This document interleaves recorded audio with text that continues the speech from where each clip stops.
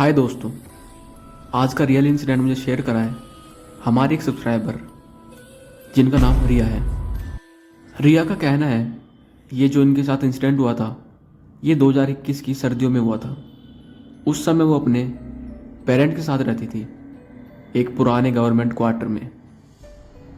Quarter का एक ही problem था, रात को हवा चलती थी और पूरी बिल्डिंग अजीब सुनसान रहती थी, जैसे कोई वहाँ रहता ही ना हो। रिया को आज तक याद है वो रात बिल्कुल नॉर्मल थी। उसने डिनर किया और थोड़ा डिनर करने के बाद फ़ोन चलाया और बेड पर सोने के लिए चली गई। लेकिन रात के करीब 2:40 पर उसकी अचानक से आँख खुलती है। उसको एक आवाज़ आती है अपने कमरे से, जो कि काफ़ी अजीब सी आवाज़ थी, जिसके कारण उसकी नींद खुल जाती है। और वो आवाज़ काफ़ी अजीब थी, जैसे कोई धीमी आवाज़ में गेट को नॉक कर रहा हो। लेकिन वो आवाज़ जैसे नॉर्मल नॉक होता है गेट, वैसी नहीं थी। वो आवाज़ कुछ अलग ही थी। पहले तो रिया को लगा कि ये उसका सपना होगा, लेकिन इस बार दोबारा से वही आवाज़ आती है दरवाजे पे खटखट करने की।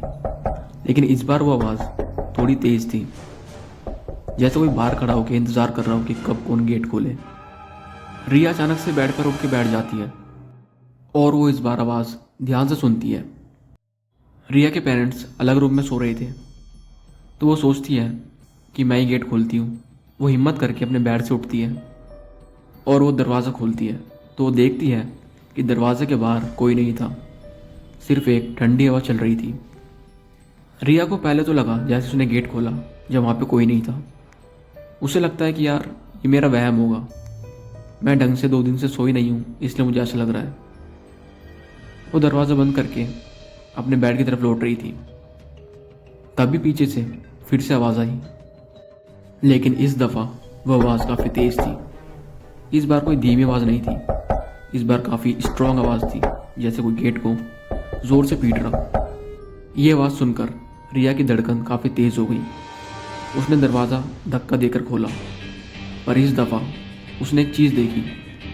गैलरी के एंड में एक वाइट कलर का दुपट्टा पड़ा है, हल्का सा फ्लोर पर घिसर के। रिया वो दुपट्टा देखकर काफ़ी डर गई थी। वो तुरंत भागते हुए अपने पेरेंट्स के रूम में जाती है और अपने पेरेंट्स को बाहर की तरफ लाती है जहाँ उसने वो दुपट्टा देखा था। लेकिन जैसे ही वो अपने पेरेंट्स के साथ बाहर आती है तो वो देख के शॉक हो जाती है, क्योंकि जो दुपट्टा अभी तक वहाँ पड़ा था वाइट रंग का, वो वहाँ पे था ही नहीं। रिया के घर वाले बोलते हैं, तुझे क्या हुआ, तूने हमारी नींद खराब कर दी, ये कोई समय होता है मजाक करने का।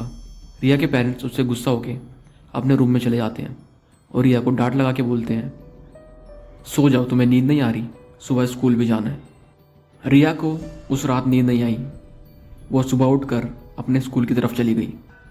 लेकिन जैसे ही वो स्कूल से आती है 2:30 बजे, तो उसे अपनी मम्मी से एक बात पता लगती है। उसकी मम्मी उसे बताती है कि जब सुबह तू स्कूल गई थी, मुझे हमारी बिल्डिंग के पीछे एक अंकल मिले थे, जिन्होंने मुझे बताया कि इस क्वार्टर में पहले एक लड़की रहती थी जो डिप्रेशन में रहती थी। वो काफ़ी अपने आप को लो फील करती थी और एक रात उसने अपने आप को फांसी से लटका के मार दिया। रिया अपनी मम्मी से बात सुनकर काफ़ी डर चुकी थी और उन्होंने अगले 2 दिन में वो क्वार्टर खाली कर दिया। उन 2 रातों में रिया अकेले नहीं सोई थी, वो अपनी मम्मी के साथ उनके रूम में सोई थी। उसके मम्मी पापा और वो एक ही रूम में सोए थे।